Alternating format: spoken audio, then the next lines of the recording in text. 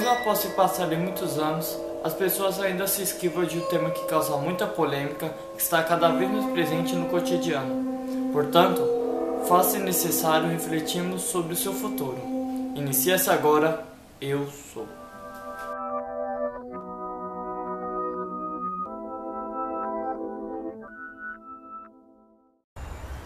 Existem pessoas que acham que os homossexuais já nascem assim. Outras, ao contrário, dizem que a conjunção do ambiente social com a figura dominadora do sexo oposto é que são decisivos na expressão da homossexualidade masculina ou feminina. Os defensores da origem genética da homossexualidade usam como argumento os trabalhos que encontraram concentração mais alta de homossexuais em determinadas famílias, e os que mostraram maior prevalência de homossexualidade em irmãos gêmeos univitelinos criados por famílias diferentes sem nenhum contato pessoal. Os que defendem a influência do meio têm ojeriza aos argumentos genéticos. Para ele, o comportamento humano é de tal complexidade que fica ridículo limitá-lo à bioquímica da expressão de meia dúzia de genes. Como negar que a figura excessivamente protetora da mãe, aliada ao pai pusilânime, seja comum a muitos homens homossexuais? Ou que uma ligação forte do pai tenha influência na definição da sexualidade da filha?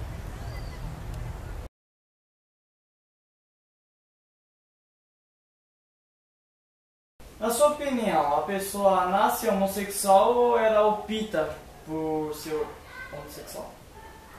A pessoa não nasce homossexual. De acordo com as escrituras, com a palavra de Deus, nasce o homem e nasce a mulher.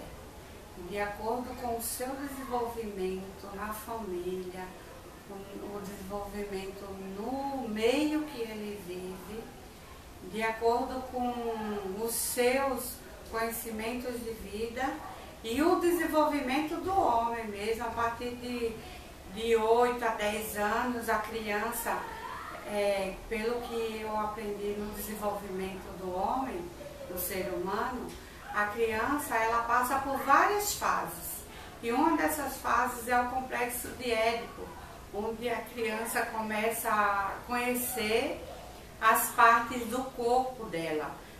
E vai acontecendo as transformações. E por meio dessas transformações, ela conhece a homossexualidade, tanto a feminina como a masculina. A partir do momento que ela começa a se desenvolver sexualmente, ela começa a aprender sobre os prazeres sexuais, sobre as suas vontades sexuais, os seus desejos. E por aí é que ela vai escolhendo o modo como ela quer se comportar ou aquele mundo que ela cria no imaginário dela.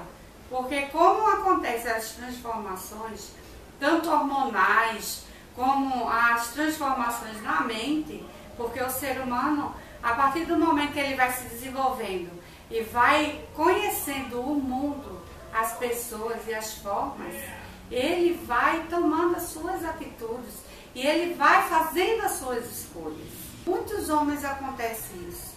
Ele cresce com esse impulso, consegue controlá-lo, constrói famílias e até depois de muito tempo, na fase adulta, é que ele opta por si. Como o mundo diz, sai do armário. Ele não sai do armário. Ele teve a vida toda esse impulso dentro de si, guardado e controlado. Tanto é uma opção que quantas mulheres que o marido falece ou vice-versa, homem, que a esposa morre, que ele opta por viver sozinho. E ele não vive? E ele não consegue sobreviver? São impulsos sexuais, desejos contidos dentro da pessoa, que a pessoa pode naturalmente controlar. Por isso que eu acredito na opção. Pra mim, eu acho que ela nasce com a tendência disso, entendeu? Tipo, aí a influência acaba dando a opção dela escolher esse caminho, de seguir o que acha que ela tá vendo que tá sendo melhor pra ela, e ela tá sentindo que isso tá fazendo bem pra ela. Então, pra mim, eu acho que vem da tendência e escolha da pessoa. Na minha opinião, existem algumas pessoas que acabam se influenciando por status, alguma coisa do tipo. Por exemplo, um adolescente, muitas vezes eles podem achar descolado, tal, etc. E por isso eles optam por isso, eles não nasceram assim. Só que, na minha opinião, a maior parte das pessoas homossexuais, elas nascem com isso. Inclusive, assim, eu acompanhei duas pessoas que são homossexuais, que são meus amigos, né, desde a infância, que sempre mostrou alguma característica homossexual. E depois que cresceu, que passou pelo momento da adolescência, elas realmente assumiram essa posição. Eu acho que escolhe devido talvez à estrutura familiar, né? O ambiente talvez que ela conviva ali, entendeu? E também por não conhecer a palavra de Deus, né? Porque em Gênesis capítulo 1, versículo 27, diz que "E criou Deus o homem e a sua imagem, e a imagem de Deus o criou, homem e mulher os criou." E eu acredito que por não conhecer a palavra de Deus, né, e pela estrutura familiar que está convivendo naquele local ali, entendeu? Talvez sem boas conversas, sem explicar o lado masculino e o lado feminino, entendeu? E de repente aquela pessoa ali se envolve com uma situação, até por amizade aí nas escolas, na rua, em qualquer lugar, entendeu? E acaba entrando em situações que desconhece.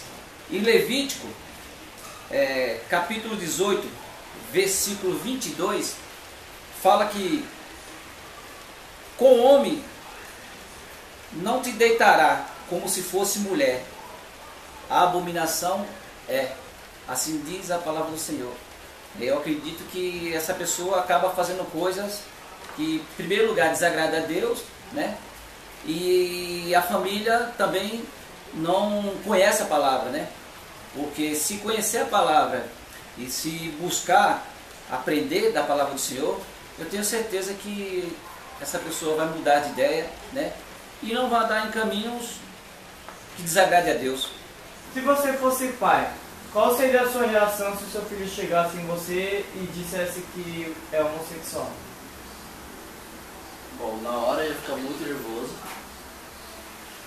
E na hora eu não teria como responder ele, mas será no outro momento eu chegaria ele para conversar, explicar para ele que eu não ia apoiar ele nessa decisão dele, mas nem por isso eu ia deixar de amar ele e gostar dele. Se é uma escolha dele, se ele acha que isso é melhor para ele, que faça longe, não traga em minha casa, que seria desrespeito a mim, trazer um namorado dele, porque eu não aceito mesmo. Mas nem por isso deixaria de amar meu filho, entendeu? Olha, eu acredito que o meu interior, assim como mãe, ia ficar bastante machucado, porque eu acredito que nenhuma mãe quer isso pro filho, até mesmo porque os homossexuais, eles sofrem, eles não são assim pessoas descaradas, não são pessoas que não têm sentimentos. Eu já conheci pessoas que por muitas vezes tentaram o suicídio. Então, assim, para o homossexual é um processo dolorido por conta de preconceito, por conta de várias coisas. Por essa questão emocional, eu não gostaria de ver um filho meu ou algum ente querido meu passando por isso. E por conta da expectativa que a gente cria, como mãe, a gente já imagina, meu filho vai ser um médico, vai ser, não sei, de repente pode colocar muita expectativa com relação, e a sexualidade influencia, porque é tudo mais difícil quando a pessoa é homossexual. Apesar de hoje em dia eles estarem, a sociedade tem uma mente um pouco mais aberta com relação a isso, a questão dos filhos, né, aquela questão de ser vó, processo de gestação, de a espera da criança. Mas eu acredito que eu ia viver, né? Essa dor de não ser da forma que eu desejei, da forma que eu sonhei como mãe, mas o amor não ia mudar em nenhum momento. E a gente tem que aceitar, né? Respeitar o espaço do outro, né? Desde que ele não me falte com respeito, o que ele faz entre quatro paredes já não é uma invasão, assim, né? Na intimidade da pessoa. Com certeza o relacionamento não ia mudar. Eu acredito que reagiria mal, mas a gente tem que procurar amar o próximo e principalmente se é filho, amar mais ainda e procurar ajudá-lo de todas as formas, ou orando, pedindo a Deus, ou conversando, né? Ou procurando de repente até ajuda em outros lugares. Eu, como evangélica, como cristã que sou, eu choraria muito, uns 3, 4 dias, eu não sei quantos dias eu ia chorar e lastimar por esse fato.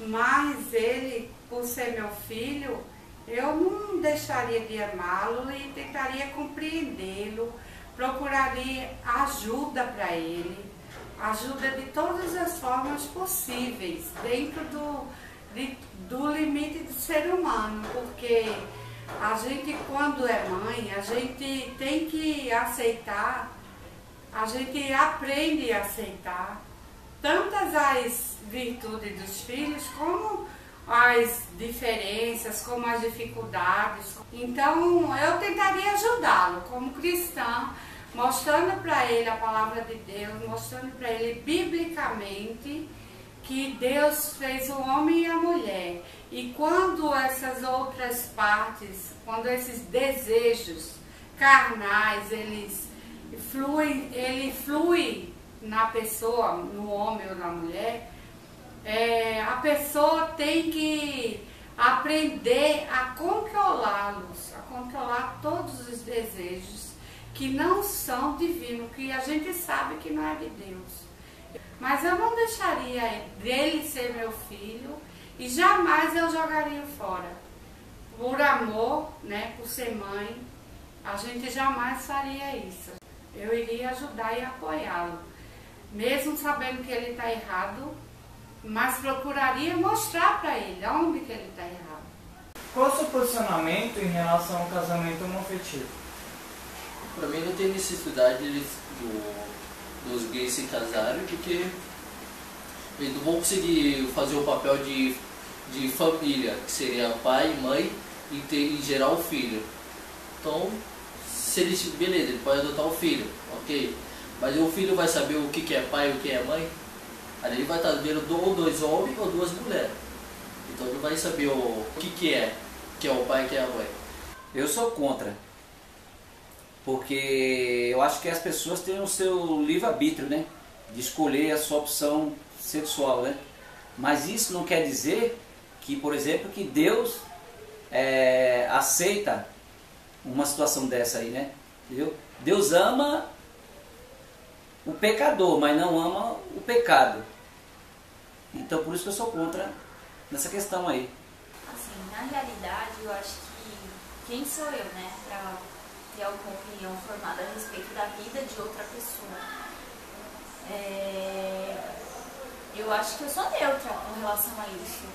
Porque se uma pessoa tem um relacionamento com outra e ela, no decorrer da vida, ela acaba adquirindo bens, acaba adquirindo assim, questões práticas com relação a bens, se a outra pessoa chega a falecer, o que vai acontecer com essas coisas. Eu acho que essa questão do casamento gay, ela regulariza essa questão, né, de como que vai ficar, você tá dividindo a vida com uma pessoa e você compra uma casa com ela e de repente é o que acontece com todas as famílias hoje em dia. Então assim, do lado prático acaba sendo positivo. Agora essa questão assim de religiosidade, eu acho que não tem que interferir, porque é a crença de cada um. Eu acho assim, palhaçada, um exemplo, sei lá, casamento numa igreja, quem vai se vestir de noiva? Eu acho que existem homossexuais que são completamente femininas, mas que têm uma afetividade por uma outra mulher, e aí as duas vão querer ser a noiva. Acaba assim, partindo por um princípio assim, de ridicularização, na verdade, né? Mas se eu falar assim pra você, eu sou contra. Não sou, eu não vejo nada que interfere na minha vida pra eu dizer assim, isso daqui tá quebrando infelizmente, essa é uma realidade que a gente tem que aprender a conviver. É um novo formato de família.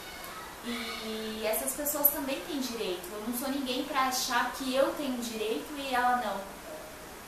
Né? Então, dizer assim, a favor, eu não faço apologia. Aí não. Mas contra eu também não sou. Então eu acredito que nessa questão assim, a minha opinião é neutra, é respeitar mesmo o espaço do outro. O meu espaço termina onde começa o do outro. E assim vai, assim, na minha opinião é essa. Além das doenças transmissíveis sexualmente, tem outras doenças que ocorrem de acordo com a evasão dos sexos.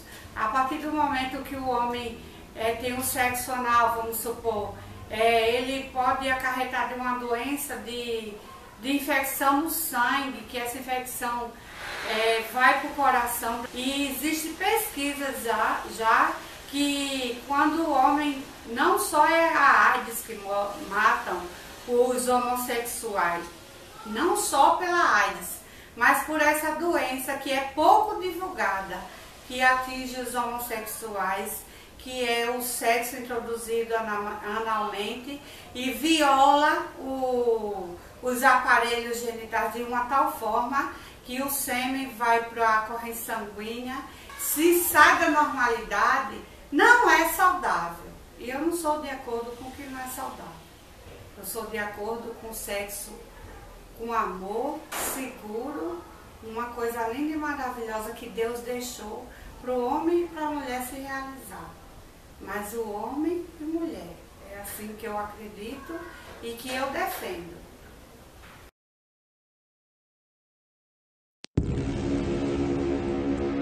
Em 2013, 25 pessoas foram mortas em atos de homofobia em Minas Gerais, de acordo com o grupo de estudo gay da Bahia, que monitora esse tipo de violência em todo o país. Para o antropólogo da Universidade Federal da Bahia, Luiz Motti, que coordena esse estudo, a agressividade aponta para as raízes culturais desse ódio. Estes crimes de ódio se caracterizam pela violência extrema, com mutilações, muitos tiros, dezenas de facadas, como se o objetivo fosse destruir, não apenas tirar a vida de uma pessoa, diz Luiz Motti. A morte da cabeleireira Débora Moreira Mori, 44 anos, em Poços de Caldas, no sul de Minas, entra nessa classificação. A travesti foi assassinada em 22 de abril de 2013, a facadas, dentro de casa. 2 jovens invadiram o local e amarraram e a golpearam com faca no pescoço antes de derrubar no salão, que fica no andar de baixo.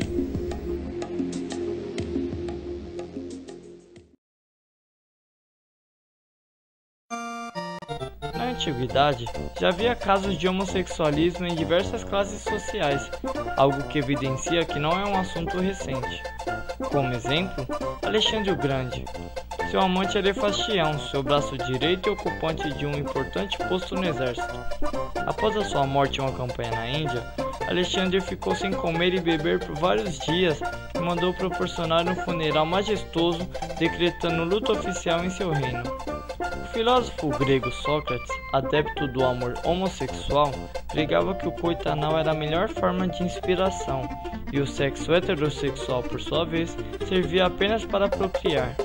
Para a educação dos jovens atenienses, esperava-se que os adolescentes aceitassem a amizade e os laços de amor com homens mais velhos, para absorver suas virtudes e seus conhecimentos de filosofia. Após os 12 anos, desde que o garoto concordasse, transformava-se em um parceiro passivo até por volta dos 18 anos, com a aprovação de sua família. Normalmente aos 25 tornava-se um homem, e aí esperava-se que assumisse um papel ativo. E Michel Foucault, um filósofo do século XX, que elaborou teorias abordando a relação entre poder e conhecimentos e como eles são usados como uma forma de controle social por meio de instituições sociais.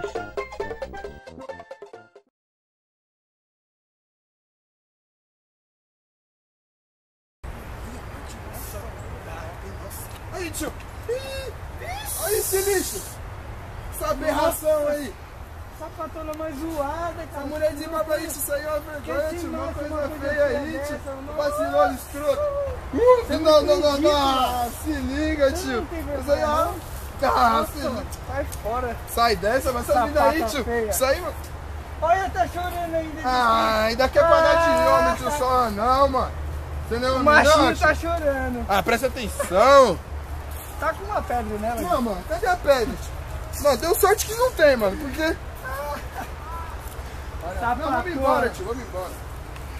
Ridículo.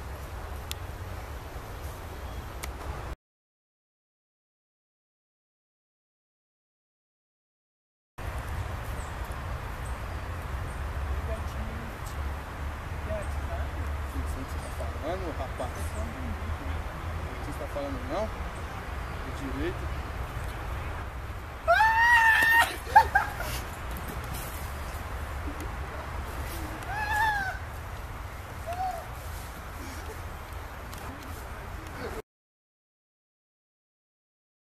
Sua pergunta para o candidato Levi Fidelis. Levi, não vou fazer conversa de comadre contigo. Vamos debater uma coisa que talvez nós tenhamos uma diferença. Os homossexuais, travestis, lésbicas sofrem uma violência constante. O Brasil é campeão de mortes da comunidade LGBT. Por que as pessoas que defendem tanto a família se recusam a reconhecer como família um casal do mesmo sexo? Jogo pesado aí agora, hein? Nessa aí você jamais deveria entrar. Economia, tudo bem.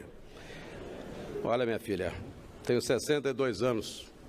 Pelo que eu vi na vida, 2 iguais não fazem filho. E digo mais, desculpe, mas aparelho excretor não reproduz. É feio dizer isso. Mas não podemos, jamais, gente, eu que sou um pai de família, um avô, deixar que tenhamos esses que aí estão achacando a gente no dia a dia, querendo escorar essa minoria, a maioria do povo brasileiro.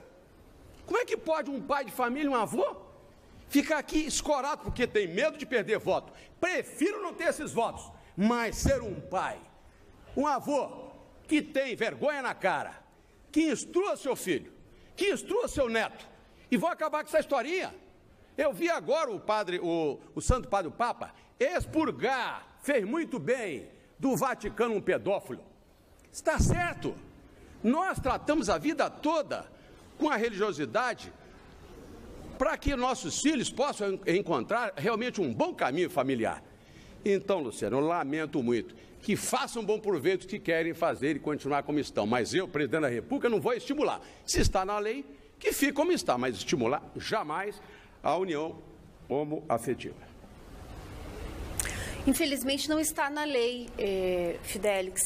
E o casamento civil igualitário é fundamental para que nós possamos reconhecer juridicamente como família, qualquer tipo de família. Eu acredito que sou uma das que mais defende a família nessa campanha eleitoral, porque eu estou defendendo todas as famílias. Não importa se são 2 homens, 2 mulheres, o que importa é que as pessoas se amem. E para combater a discriminação, a homofobia, a transfobia, é fundamental reconhecer o casamento civil igualitário. Votado, candidato, 30 segundos para a sua tréplica. Luciana, você já imaginou, o Brasil tem 200 milhões de habitantes. Se começarmos a estimular isso aí, daqui a pouquinho vai reduzir para 100. Vai para Paulista e anda lá e vê. É feio o negócio, né? Então, gente, vamos ter coragem, nós somos maioria. Vamos enfrentar essa minoria. Vamos enfrentá-los, não ter medo de dizer que sou o pai, mamãe, vovô. E o mais importante, é que esses que têm esses problemas realmente sejam atendidos no plano psicológico e afetivo, mas bem longe da gente. Bem longe mesmo, porque aqui não dá. Obrigada, Levi Fidelix é homofóbico ou não? Antes de analisarmos os argumentos dele, primeiro vamos entender os conceitos que envolvem a homossexualidade e a visão dos filósofos em relação ao tema. Uma corrente bastante forte hoje é a do liberalismo. Seu defensor recente mais importante foi um filósofo norte-americano, John Rawls. Basicamente, ele diz que o Estado não deve adotar a moral de um grupo qualquer, simplesmente porque as pessoas de outros grupos, provavelmente as minorias, têm tanto direito quanto as outras. Rawls diz que para termos condições de pensar o que é uma sociedade justa, temos de imaginar que as pessoas discutiriam isso como se fosse antes de chegar ao mundo, sem saber em que posição estariam. Assim, tentariam criar princípios que as protegeriam mesmo se estivessem em uma posição minoritária. Quer dizer o seguinte: como você não sabe se vai ser rico ou pobre, aprova regras que protejam os mais pobres. Como não sabe sua religião, impede a intolerância religiosa. E com isso, chega-se à conclusão de que o Estado não pode preferir uma ideia de bem em relação a outra. Sim, não se pode dar aos heterossexuais que não se dá aos homossexuais. Existem 3 tipos de críticas importantes a isso. Os perfeccionistas. Eles dizem que existem sim valores morais que são nitidamente superiores e que o Estado deve defendê-los. Os comunitaristas. Dizem que cada sociedade tem um perfil e que é preciso adaptar as regras a esse histórico, a esse jeito de viver. Os libertários afirmam que o Estado não deve se meter na vida das pessoas, mas são mais radicais. Não querem o casamento nem dos heterossexuais. Quem quiser casar que vá à igreja, não ao Estado. A visão de Platão. Ele condenou com veemência a homossexualidade em sua obra As Leis. Nas páginas 335, 336 e 341 até a 343, Platão afirma que o homossexualismo é antinatural. A seguir irá um trecho retirado de sua obra. O temor aos deuses, o amor à honra e a aquisição do hábito de desejar em lugar das belas formas do corpo, as belas formas da alma. As coisas que menciono agora são talvez como os ideais visionários de uma história, e no entanto, em verdade, se puderem ser implementadas, revelarão um enorme benefício para todo o Estado. Possivelmente, se a divindade o permitir, poderíamos impor uma de 2 alternativas no que respeita às relações sexuais. Ou ninguém ousará tocar nenhuma pessoa nova e livre, exceto sua própria esposa, nem lançar sua semente em mulheres adúlteras, gerando filhos ilegítimos e bastardos, nem pervertendo a natureza, desperdiçando seu sêmen na Sodoma. Ou então, deveremos abolir inteiramente as relações com o sexo masculino. Quanto às mulheres, se promulgarmos uma lei segundo a qual todo homem que for denunciado como mantendo relações sexuais com quaisquer mulheres, exceto aquelas que foram admitidas a sua casa sob sanção divina e celebração religiosa do casamento, seja as mulheres compradas ou adquiridas de outra forma, será privado. Como tais mulheres também o serão de todas as honras cívicas, ficando na mera situação de um estrangeiro. Provavelmente, tal lei contaria com a aprovação sendo considerada justa.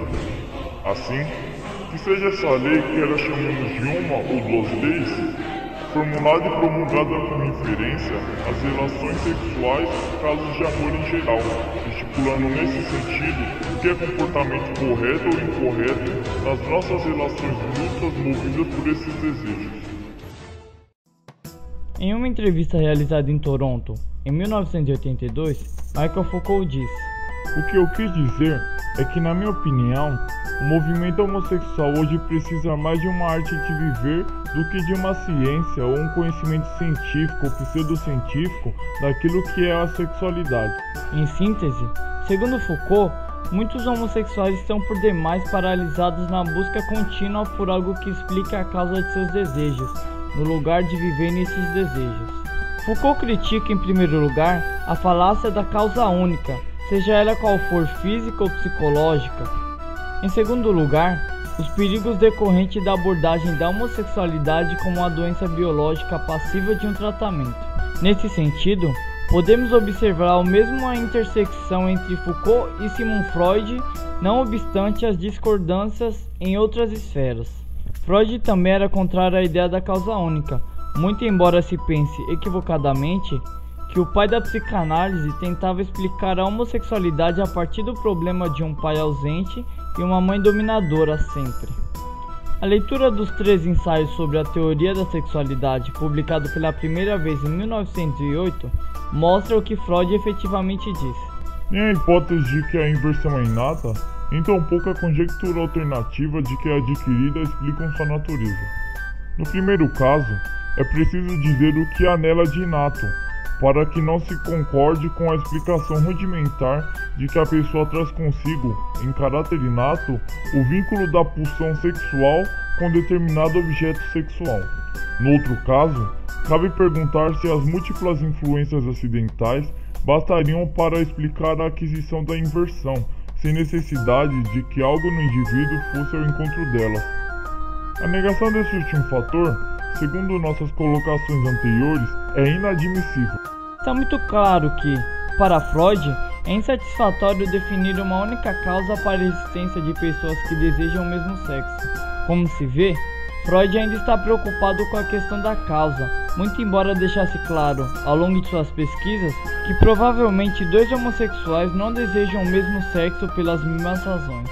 No que tange aos homossexuais, só o fato de nos referirmos a um desejo, gostar do mesmo sexo, como a identidade, ser algo, já conduz a interpretações equivocadas, a partir das quais se infere que existem comportamentos comuns, características de personalidade, destinos específicos ligados a uma essência homossexual. Seja na forma de críticas, homossexuais são mais promíscuos e traem mais. Seja na forma de elogios, homossexuais são mais sensíveis e inteligentes do que heterossexuais. Veja o que está implicando neste discurso. A ideia de uma essência inata, a ideia de uma especificidade biologicamente determinada que torna todos os desejantes do mesmo sexo como fazendo parte de um subconjunto modelar. Até mesmo entre alguns grupos de militantes gays contemporâneos, o mais importante parece ser a afirmação de uma identidade, eu sou gay, do que as implicações do desejo. O que eu desejo? Como posso experimentar a vida a partir dos meus desejos? E assim, deixam-se de buscar as diferenças que singularizam. No que eu, gay, difiro dos outros gays. Evoca-se que as pessoas saem dos armários como uma obrigatoriedade ideológica. O homem homossexual que não se declara é tido como covarde e mentiroso, pois o desejo deve ser tornado público e posto a serviço de uma ideologia. Nas situações confessionais, desde a confissão sacerdotal até a psicanálise, o sujeito desejante produz um discurso sobre a sua própria sexualidade que será consequentemente interpretado por um sujeito suposto saber, uma autoridade. Ocorre que, para Foucault, a verdade revelada nesse processo não se retrata uma descoberta, e sim de uma produção.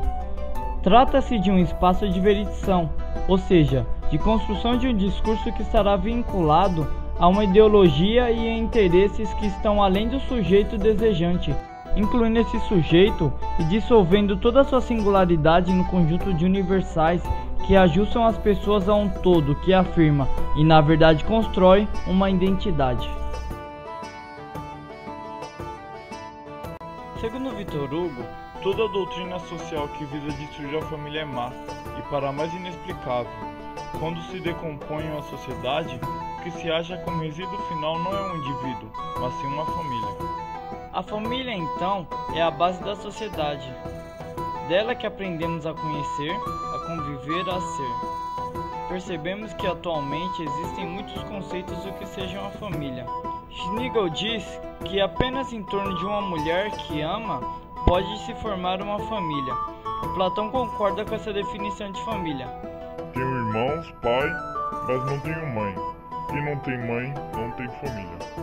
Esse conceito de família está baseado na reprodução biológica, mas no mundo contemporâneo, onde as falhas humanas prevalecem, o espírito de paternidade se desloca do eixo biológico para o social.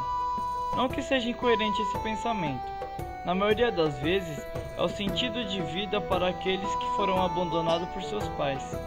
Como diz Shakespeare, amigos são a família que nos permitiram escolher. No direito romano clássico, a família natural cresce de importância. Essa família é baseada no casamento e no vínculo de sangue. A família natural é o agrupamento constituído apenas por cônjuges e seus filhos. A família natural tem por base o casamento e as relações jurídicas dele resultantes entre os cônjuges e pais e filhos. E até o que se sabe hoje, essa família que vem sustentando a existência do homem na Terra. Existem outras estruturas de família. A que daremos ênfase é a denominada família alternativa, estando entre essas as famílias comunitárias e as famílias arco-íris, as constituídas por LGBTs e seus filhos, uma tentativa de se achegar à família instituída basicamente pela natureza, mas impossível biologicamente pelo simples motivo de não conseguir se reproduzir, e considerando o que é uma contradição às leis naturais, essas buscam manter a vida enquanto as famílias alternativas não conseguem alcançar tal realidade. As famílias comunitárias, ao contrário dos sistemas familiares tradicional, onde a total responsabilidade pela criação e educação das crianças se cinge aos pais e à escola, nessas famílias o papel dos pais é descentralizado, sendo as crianças da responsabilidade de todos os membros adultos. Quanto ao tipo de relações pessoais que se apresentam numa família, Levi-Strauss refere 3 tipos de relação. São elas a de aliança, casal, a de filiação, pais e filhos, e a de consanguinidade, irmãos. É nessa relação de parentescos, de pessoas que se vinculam pelo casamento ou por uniões sexuais, que se geram os filhos. Há de se considerar que a família passou por diversas transformações ao longo dos anos, com o intuito de acompanhar a evolução pela qual passou e ainda passa nossa sociedade. A família deixou de uma forma tradicional, composta por pai, mãe e filhos, e passou a ser integrada por outros entes, inclusive sem vínculo de parentesco, mas unidos pela afetividade. O Código Civil de 1916 regia apenas a família constituída através do casamento entre o homem e a mulher, conhecida como a família tradicional, sendo essa considerada indissolúvel. Para melhor compreensão dessa evolução pela qual passou a família brasileira, há de se fazer referência a algumas leis que aos poucos foram garantindo direitos, principalmente às mulheres, como por exemplo, a Lei número 4.121/62, o Estatuto da Mulher Casada, que possibilitou à mulher de administrar os bens que lhes eram reservados. Outra importante contribuição foi a Lei número 6.515/77, a Lei do Divórcio. Veio alterar a definição de família, possibilitando a dissolução do vínculo e a constituição de novas famílias. Utilizando-se das palavras de Lobo, sempre se atribuiu à família, ao longo da história, funções variadas de acordo com a evolução que sofreu, a saber, religiosa, política, econômica e procreacional. Sua estrutura era patriarcal, legitimando o exercício dos poderes masculinos sobre a mulher, poder marital, e sobre os filhos, pátrio poder. Pode-se observar das palavras do autor que a família era fundada em valores morais, onde o homem exercia um papel de destaque, pois ele era o chefe da família, e a mulher e os filhos lhe eram submissos. Assim, é possível verificar como evoluiu a sociedade e junto com ela a família. A Constituição Federal estabelece um rol de entidades familiares, a saber, o casamento, a união estável e a família monoparental. Aos poucos, o ordenamento jurídico brasileiro, acompanhando a evolução social, vem aceitando outras formas de família, como por exemplo, a família recomposta, reconstituída ou plurilateral, anaparental e homoafetiva. Assim, privilegia-se a afetividade como um fundamento basilar das relações familiares. Segundo Lobo, o casamento é um ato jurídico negocial solene, público e complexo, mediante o qual um homem e uma mulher constituem uma família, pela livre manifestação de vontade e pelo reconhecimento do Estado. O Código Civil de 2002 estabelece no artigo 1511: O casamento estabelece comunhão plena de vida com base na igualdade de direitos e deveres dos cônjuges. O texto legal destaca a responsabilização do casal frente à família, de forma conjunta, destacando-se os princípios da afetividade e da convivência familiar.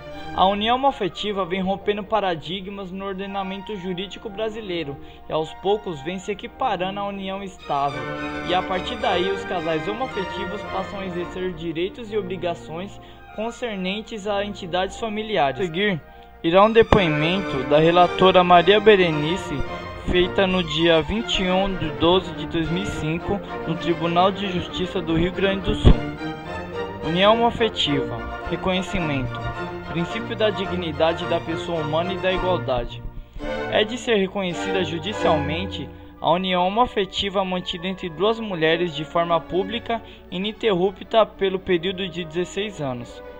A homossexualidade é um fato social que se perpetua através dos séculos, não mais podendo o judiciário se olvidar de emprestar a tutela jurisdicional a uniões que, enlaçadas pelo afeto, assumem feição de família. A união pelo amor é que caracteriza a entidade familiar, não apenas a diversidade de sexos.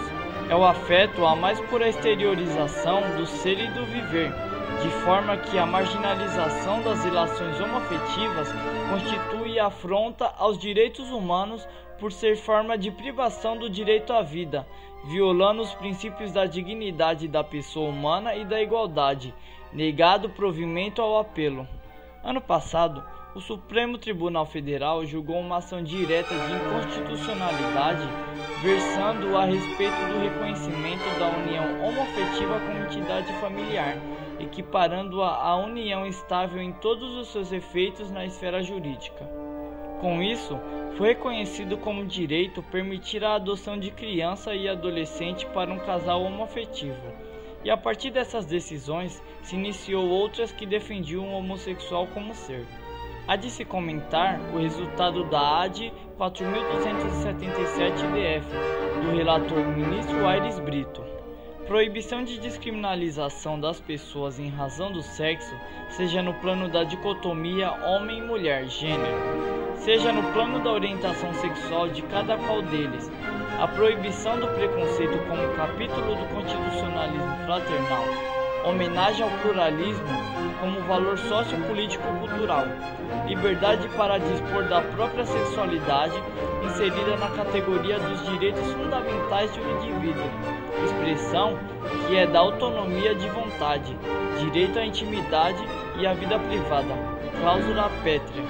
A união homoafetiva conquistou muitas vitórias e com elas vários direitos, embora o Brasil não tenha nenhuma legislação que trate do assunto de forma específica. Essa união busca, hoje, regularizar legalmente o almejado casamento civil, que aos poucos vem ganhando espaço, como foi mostrado na decisão do Tribunal de Justiça do Rio Grande do Sul, onde, em grau de recurso especial, foi autorizado a conversão de união homoafetiva em casamento.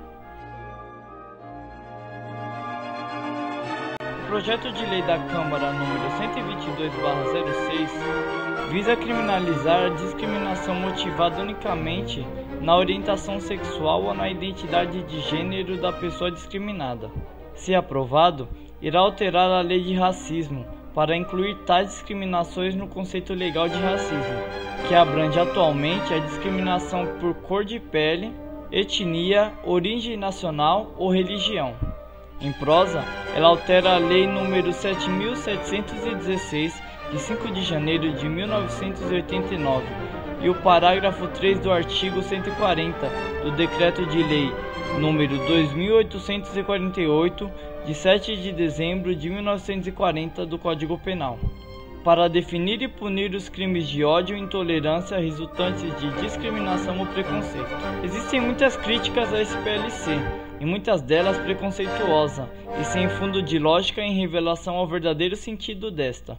Entretanto, outras críticas são dignas de reflexão se seria realmente cabíveis aprovar a PLC, como o princípio da taxatividade penal, o dispositivo legal que visa incluir o artigo 20 da Lei do Racismo, que aduz que configura o crime toda ação violenta, constrangedora, intimidatória e vexatória, seja ela de ordem moral, ética, filosófica ou psicológica.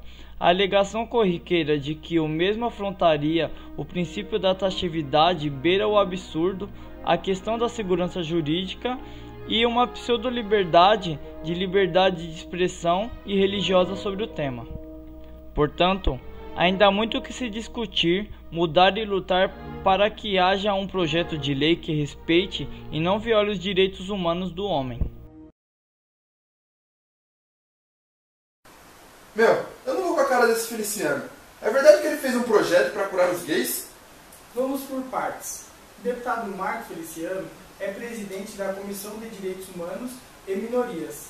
Lá foi aprovado o Decreto Legislativo 234, que é o que as pessoas estão chamando de Projeto da Cura Gay, que é de um outro deputado chamado João Campos. Quer dizer agora que ele vai impor a cura a todos os gays como a igreja dele? Não é bem assim. O Projeto 234 não diz isso não. O que ele faz é sustar um parágrafo de uma resolução do Conselho Federal de Psicologia, que impede os psicólogos de colaborar com eventos, serviços que propõem o tratamento e cura das homossexualidades. Isso é o que diz o texto do próprio projeto. Mas se foi o Conselho Federal da Psicologia que mandou, por que agora eles querem se meter? O texto alega que, do jeito que está escrita, a resolução impede o livre exercício da profissão de psicólogo. Quer dizer, o CFP estaria limitando os direitos desses profissionais. Para o deputado João Campos, isso quer dizer que o Conselho extrapolou o seu poder regulamentar. Resumindo, que essa resolução do CFP entra em um terreno que deveria ser do poder legislativo, dos deputados e senadores. Cara, não entendi. O quê? Vou resumir. O Conselho de Psicologia é o órgão que organiza e supervisiona as atividades de todos os psicólogos do Brasil, certo? Para atuar nessa profissão, você precisa da autorização dele. Em 1999, o CFP publicou uma resolução que determinava e atualizava as regras da psicologia brasileira. Dentre elas, esse texto proibiu os psicólogos de lidarem com a homossexualidade como doença e também de participar de qualquer atividade que partisse do princípio de que as pessoas que sentem atração pelo mesmo sexo são doentes. Certo, mas e aí, o Feliciano fez o quê? Pera aí, esquece o Feliciano por 2 minutos. Aí o deputado João Campos fez esse projeto querendo anular essa resolução do CFP, porque ele diz que esse órgão não tem poder para proibir os psicólogos de fazerem nada. Ele diz que só quem pode fazer isso são os deputados e senadores, criando uma lei específica para isso. Agora sim o Feliciano. Ele é o presidente da Comissão de Direitos Humanos e Minorias e aprovou o projeto. E o que isso significa? Significa que ele vai ser encaminhado para outras comissões antes de ser votado na Câmara dos Deputados. Ah, então ainda não está valendo. Não, ainda não. Ele ainda tem que passar por 2 comissões e elas podem rejeitar o projeto, se elas acharem que ele tem problemas. Tranquilo. Então, por que o pessoal ficou bravo? Porque esse ato do Feliciano foi visto como uma provocação. Ele foi acusado de fazer declarações racistas e homofóbicas. Além disso, ele é pastor e abertamente defende posições conservadoras a respeito de assuntos como casamento gay e aborto. Algumas igrejas evangélicas dizem poder curar os gays.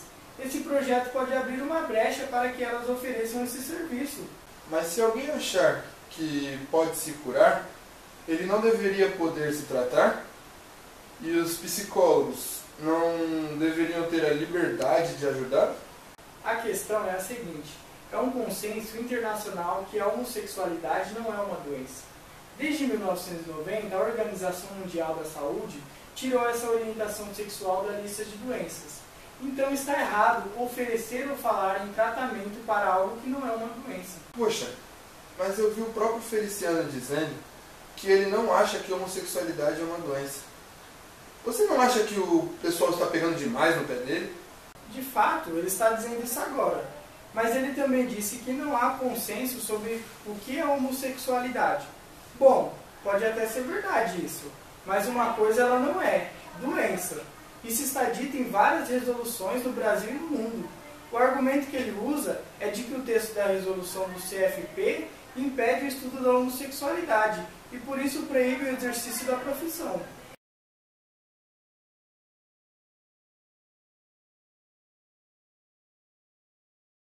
Homofobia. Homo, pseudoprefixo de homossexual. Fobia, do grego medo, aversão irreprimível. É uma série de atitudes e sentimentos negativos em relação a pessoas homossexuais, bissexuais e, em alguns casos, contra transgêneros e pessoas intersexuais.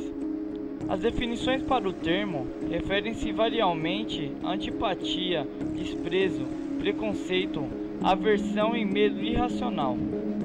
A homofobia é observada como comportamento crítico e hostil, assim como a discriminação e a violência com base na percepção de que a orientação não heterossexual é negativa. Entre as formas mais discutidas estão a homofobia institucionalizada, por exemplo, patrocinada por religiões ou pelo Estado, a lesbofobia, a homofobia como uma intersecção entre homofobia e sexismo contra as lésbicas, e a homofobia internalizada, uma forma de homofobia entre as pessoas que experimentam atração pelos mesmos sexos, independentemente de se identificarem como LGBT. Porém, há preconceitos com relação à homofobia patrocinada, principalmente por religião, onde se denomina um líder religioso homofóbico. Do mesmo modo que existe discriminação e preconceito contra homossexuais, também existe contra pessoas que não concordam com essa opção sexual. Portanto, é necessário respeitar o próximo, independente de sua raça, cor, etnia, religião, origem, orientação sexual, gênero, sexo, identidade de gênero ou condição de pessoa idosa ou com deficiência.